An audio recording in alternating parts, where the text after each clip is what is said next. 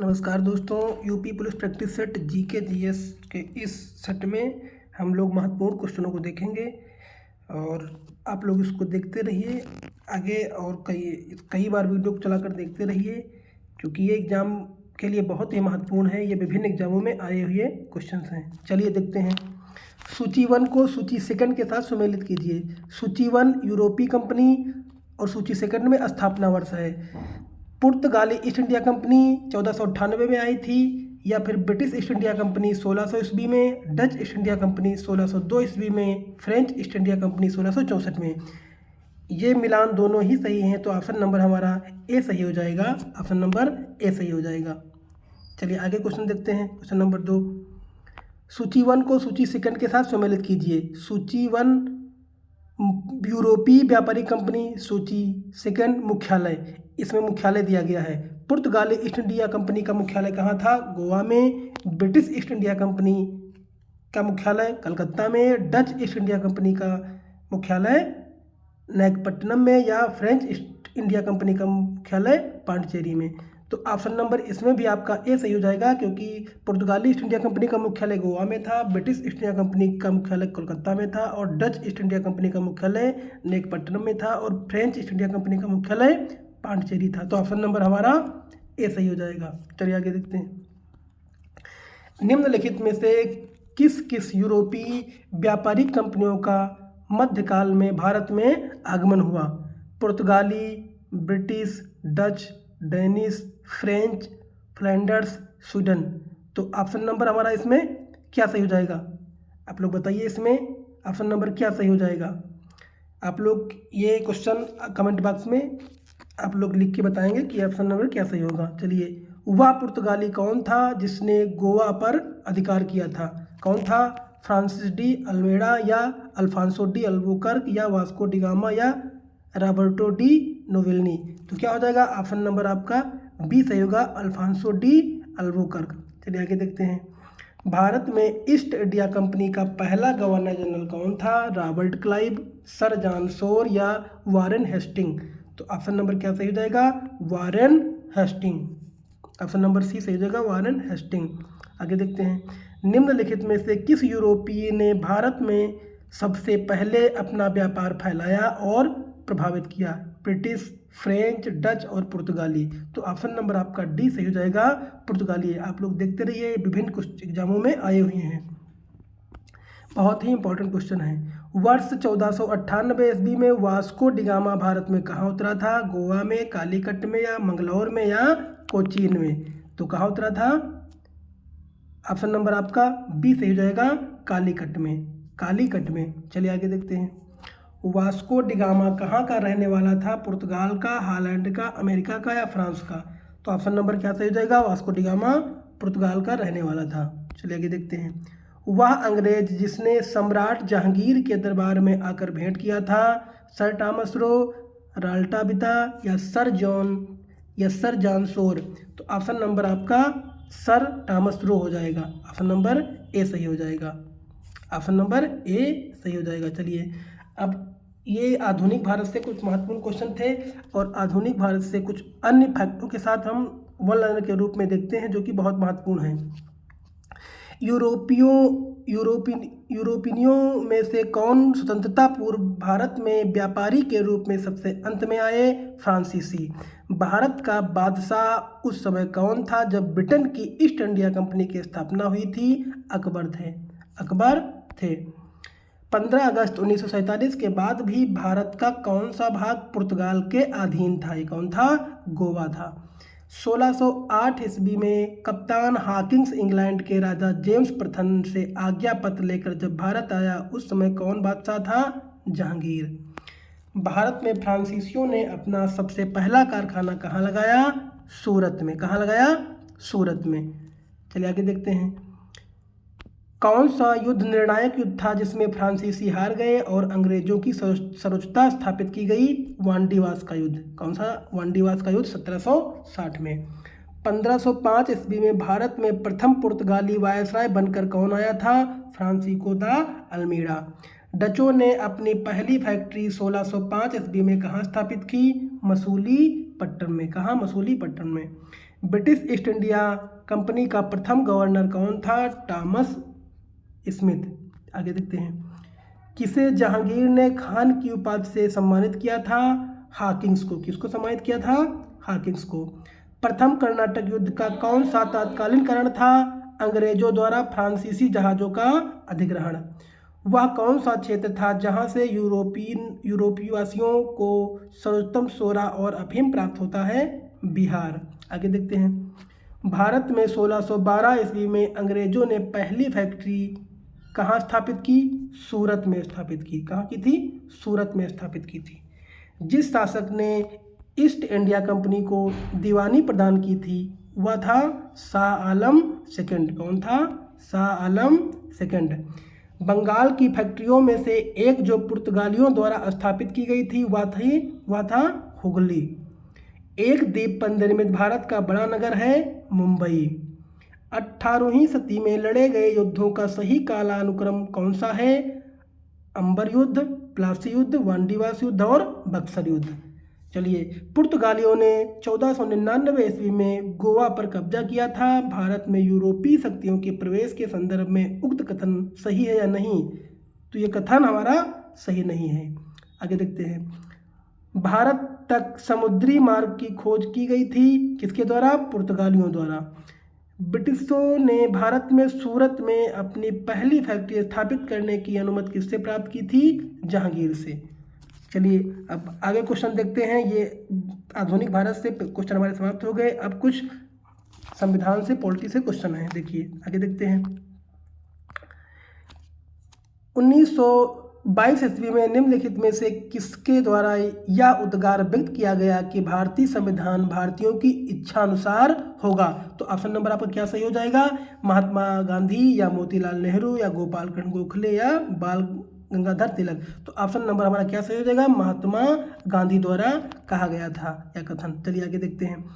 1924 ईस्वी में किसके द्वारा ब्रिटिश सरकार से यह मांग की गई कि भारतीय संविधान के निर्माण के लिए संविधान सभा का गठन किया जाए? किसने कहा था?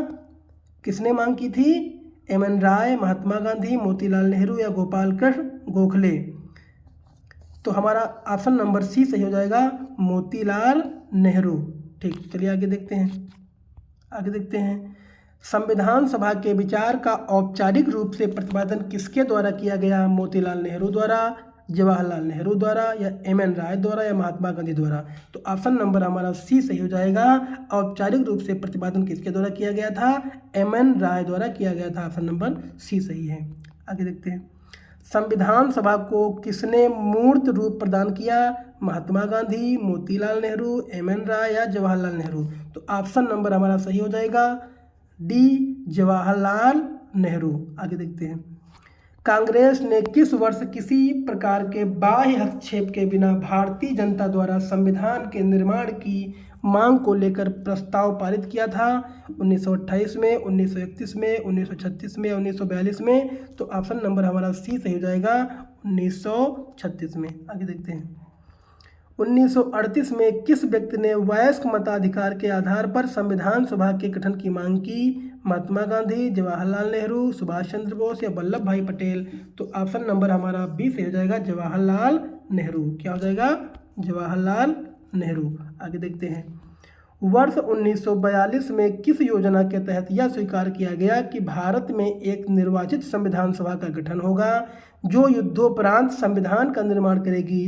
क्रिप्स योजना, वेवेल योजना, कैबिनेट मिशन योजना या माउंटबेटन योजना।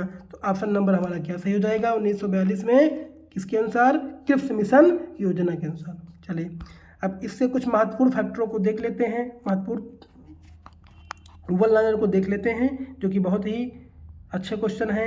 कैबिनेट मिशन योजना के अंतर्गत संविधान निर्मात्री परिषद में प्रत्येक प्रांत की आवंटित सदस्य संख्या निर्धारित करने के लिए एक प्रतिनिधि कितनी जनसंख्या के अनुपात में था? 10 लाख।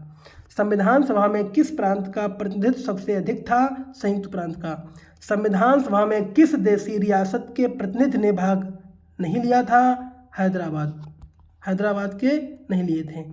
बी.आर. अम्बेडकर का संविधान सभा में निर्वाचन हुआ था, कहाँ से हुआ था? पश्चिम बंगाल से। कहाँ से हुआ था? पश्चिम बंगाल से हुआ था। भारतीय संविधान को किसने बनाया है? संविधान सभा ने। संविधान सभा के लिए चुनाव कब संपन्न हुए? 1946 में। भारतीय संविधान सभा की स्थापना कब हुई? 9 दिसंबर 1946 में। भारतीय संविधान सभा का प्रथम अधिवेशन कहाँ हुआ था? दिल्ली में हुआ था। कहाँ हुआ था प्रथम अधिवेशन? दिल्ली में। संविधान सभा के उद्घाटन अधिवेशन की अध्यक्षता किसने की थी? सच्चिदानंद सिन्हा ने। संविधान सभा का पहला सत्र हुआ था 9 दिसंबर 1946 को। कब हुआ था? 9 दिसंबर 1946 को। संविधान सभा के अस्थायी अध्यक्ष कौन थे? सच्चिदानंद सिन्हा। कौन थे? सच्चिदानंद सिन्हा। संविधान सभा का संवैधानिक सलाहकार किसे नियुक्त किया गया था? बी.एन. राव को। किसको? बी.एन. राव को। चलिए आगे देखते हैं। 11 दिसंबर 1946 को किसे संविधान सभा का अस्थायी अध्यक्ष चुना गया था? डॉक्टर राजेंद्र प्रसाद को अस्थायी अध्यक्ष चुना गया था। संविधान सभा का उपाध्यक्ष किसे चुना गया? एच.सी. मुखर्जी को। संविधान सभा के प्रारूप या मसविदा समिति की नियुक्ति कब की गई थी? 20 अगस्त 1947 में। भारतीय संविधान को अपनाया गया था संविधान सभा द्वारा। भारतीय संविधान सभा की प्रारूप या मसविदा समिति के अध्यक्ष कौन थे? Doctor B R. अम्बेडकर। कौन थे? Doctor B R. अम्बेडकर। आगे देखते हैं। संविधान की प्रारूप या मसविदा समिति के समक्ष प्रस्तावना का प्रस्ताव किसने रखा था? जवाहरलाल नेहरू ने रखा था। किसने रखा था? जवाहरलाल नेहरू ने। भारत को एक संविधान देने का प्रस्ताव संविधान सभा द्वारा पारित किया गया था। कब किया गया था? जनवरी 22, 1947 को। संविधान निर्मात्री सभा में झंडा समिति के अध्यक्ष थे जे.बी. कृपलानी। कौन थे? जे.बी. कृपलानी। भारतीय संविधान सभा ने भारतीय राष्ट्रीय ध्वज की रूपरेखा को अंगीकार किया 22 जुलाई 1947 को। भारत के संविधान का प्रारूप तैयार करने वाली संविधान सभा के सदस्यों को चुना गया विभिन्न प्रांतों की विधान सभाओं द्वारा। संविधान सभा द्वारा अंतिम रूप से पारित संविधान में कुल कितने अनुच्छेद और अनुसूचियाँ थी? 395 अनुच्छेद और 8 अनुसूचियाँ। आगे देखते हैं। भारत के लिए संविधान सभा की रचना है तो संविधान सभा का विचार किसने प्रस्तुत किया? स्वराज पार्टी ने 1942 में। संविधान के निर्माण में कुल कितना समय लगा? 2 वर्ष 11 माह या 18 दिन। अब देखते हैं भूगोल से कुछ महत्वपूर्ण क्वेश्चनों को देख लेते हैं जो कि विभिन्न एग्जामों में आए हुए भी हैं। चलिए देखते हैं। कौन से 2 देशों को मैकमोहन रेखा विभक्त करती है? चीन और भारत, चीन और अफगानिस्तान, भारत पाकिस्तान और भारत, पाकिस्तान और अफगानिस्तान। तो ऑप्शन नंबर आपका ए सही हो जाएगा, भारत और चीन। भारत और पाकिस्तान के बीच अंतर्राष्ट्रीय सीमा किसके द्वारा सीमांकित की गई? मैकमोहन लाइन, डोरंड लाइन या रेड क्लिफ लाइन या मैग्नीकाट लाइन। तो ऑप्शन नंबर आपका सी सही हो जाएगा।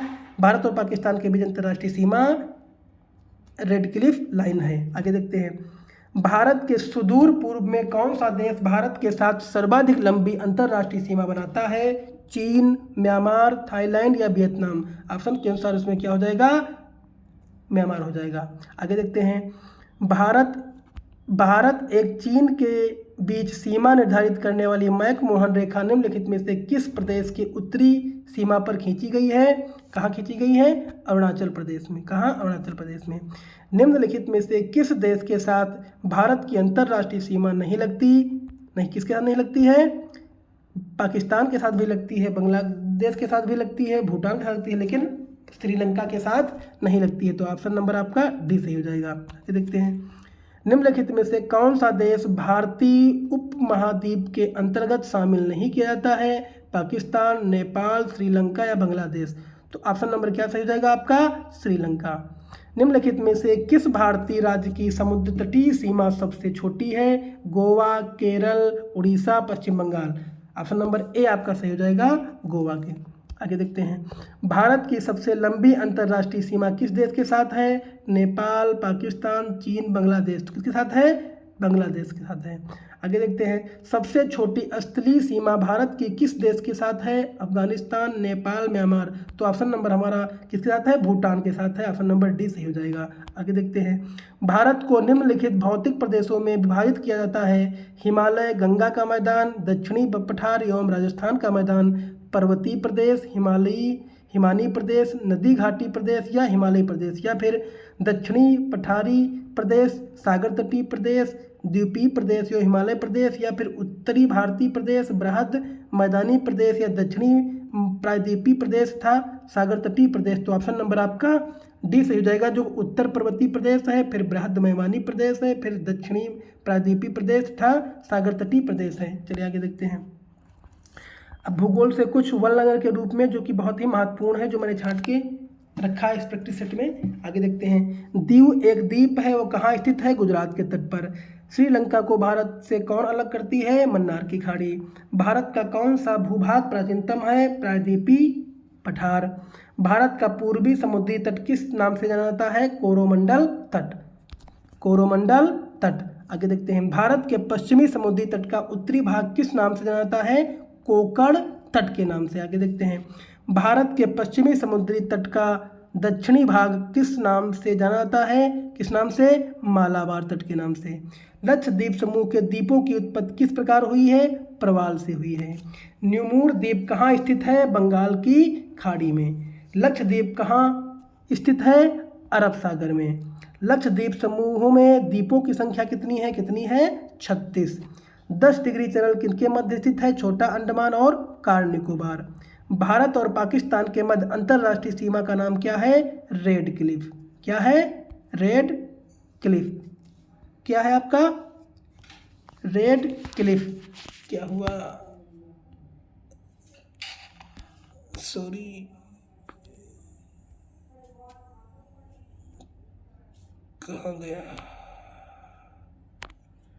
बस अभी आ गया, कुछ दिक्कत हो गई, बस निकलने वाला है अभी। बस 2 मिनट आप लोग, आ गया। चलिए आगे देखते हैं। तो रेड क्लिफ है। आगे देखते हैं। कैल्शियम की, अब कुछ विज्ञान से क्वेश्चन को देखते हैं। कैल्शियम की आवश्यकता निम्नलिखित में से किस निमित्त होती है? मांसपेशियों के कार्य करने के, या खून जमने से, या हड्डियों की जमने से? तो उपरोक्त सभी हो जाएगा। पालक के पत्तों में किसकी मात्रा सबसे अधिक होती है? आयरन में। किसमें होती है? विटामिन में, आयरन में, कार्बोहाइड्रेट में, या फिर आयरन में होती है। आगे देखते हैं। निम्नलिखित में से कौन आयरन का सबसे प्रचुर स्रोत है? हरी सब्जियां, दूध, अंडे या फलियां? तो ऑप्शन नंबर आपका ए सही हो जाएगा, हरी सब्जी। आगे देखते हैं। लौह अयस्क हीमोग्लोबिन व आरबीसी के निर्माण के लिए, या सामान्य स्वास्थ्य बनाए रखने के लिए, या शरीर के ऊतकों तथा ऑक्सीजन पहुंचाने के लिए उपयुक्त सभी? तो आपका उत्तर नंबर डी सही हो जाएगा, उपयुक्त सभी। आगे देखते हैं। निम्नलिखित में से कौन सा खाद्य स्रोत लोहे का सर्वोत्तम स्रोत है? क्या है आपका? सेब, चावल, नारंगी, गेहूं? तो आपका ऑप्शन नंबर ए सही हो जाएगा। डॉट डॉट की कमी से रिकेटस नामक रोग आता है? विटामिन ए डी की कमी से। निम्नलिखित में से किस युग्म में सही सुमेलित नहीं है? थायमिन, बेरीबेरी, स्कार्बिक अम्ल, स्कर्वी, ये विटामिन के, रक्त जमना, विटामिन ए, वर्णांता? ये सब सही है, आपका ऑप्शन नंबर ए गलत है। आगे देखते हैं। घातक रक्ताल्पता एनीमिया विटामिन की कमी से होता, किसकी कमी से? B12 की कमी से। आगे देखते हैं। निम्नलिखित की कमी से एनीमिया रोग होता है? आयोडीन, कैल्शियम, लोहा या जस्ता? तो ऑप्शन नंबर आपका सी सही हो जाएगा, लोहा। आगे देखते हैं। एक गिलास पानी पीने से कितनी कैलोरी मिलती है? कितनी कैलोरी मिलती है? 0। आगे देखते हैं। केंद्रीय खाद्य प्रौद्योगिकी अनुसंधान संस्थान कहाँ स्थित है? कहाँ स्थित है? मैसूर में स्थित है। कहाँ स्थित है? मैसूर में स्थित है। कुछ दिवस से संबंधित क्वेश्चन है, जो इसको भी देख लेते हैं। विश्व भर में 21 फरवरी को मनाया जाता है? क्या मनाया जाता है? 21 फरवरी को क्या मनाया जाता है? आप लोग बताइए, क्या मनाया जाता है? ये कमेंट बॉक्स में आप लोग बताएंगे क्वेश्चन हमको। आगे देखते हैं। 8 मार्च को किस रूप में मनाते हैं? विश्व पर्यावरण दिवस, या अंतर्राष्ट्रीय महिला दिवस, या फिर विश्व विरासत दिवस? किस रूप में मनाते हैं? युवा दिवस के रूप में मनाते हैं। ऑप्शन नंबर डी सही हो जाएगा। आगे देखते हैं। संयुक्त राष्ट्र दिवस कब मनाया जाता है? 24 अप्रैल को, या 24 जनवरी को, या 24 सितंबर को, या 24 अक्टूबर को? कब मनाया जाता है? बताइए। 24 अक्टूबर को। चलिए आगे देखते हैं। प्रतिवर्ष विश्व उपभोक्ता दिवस कब मनाया जाता है? 1 अप्रैल को, 23 अक्टूबर को, या 15 मार्च को, या 5 सितंबर को? कब मनाया जाता है आपका? 15 मार्च को। आगे देखते हैं। 10 दिसंबर मनाया जाता है विश्व स्वास्थ्य दिवस या अंतर्राष्ट्रीय मानवाधिकार दिवस या विश्व रेड क्रॉस दिवस या संयुक्त राष्ट्र दिवस? तो क्या हो जाएगा ऑप्शन नंबर आपका बी सही हो जाएगा, अंतर्राष्ट्रीय मानवाधिकार दिवस। आगे देखते हैं, अंतर्राष्ट्रीय योग दिवस कब मनाया जाता है? 21 जुलाई, 23 अप्रैल या 21 सितंबर? तो ऑप्शन नंबर क्या सही हो जाएगा आपका डी, 21 जून। आगे देखते हैं, 1 दिसंबर किस रूप में मनाते हैं? भारतीय नौसेना दिवस या यूनिसेफ डे या विश्व एड्स दिवस या बाल दिवस? तो ऑप्शन नंबर हमारा क्या सही हो जाएगा सी, विश्व एड्स दिवस। आगे देखते हैं, निम्नलिखित में से कौन प्रत्येक माह के अंतिम शनिवार को राष्ट्रीय स्वच्छता दिवस मनाता है? फ्रांस, इटली, सिएरा लियोन या सिंगापुर? तो ऑप्शन नंबर आपका क्या सही हो जाएगा ए। तो आज के इस प्रैक्टिस सेट में हम इतना ही रखेंगे। अगर प्रैक्टिस सेट अच्छा लगा हो तो लाइक करिए, कमेंट करिए और इसी तरह से आगे भी हमारे प्रैक्टिस सेट आते रहे हैं, आप लोग उसको देखते रहिए। अगर आप इस प्रैक्टिस सेट को देखते हैं तो निश्चय ही आपको भविष्य में बहुत बड़ा फ़ायदा मिलेगा। और इस प्रैक्टिस सेट को अपने सारे ग्रुपों में शेयर कर दीजिए ताकि अन्य दोस्तों तक ये प्रैक्टिस सेट पहुंच जाए और उनको भी फ़ायदा मिल सके। धन्यवाद।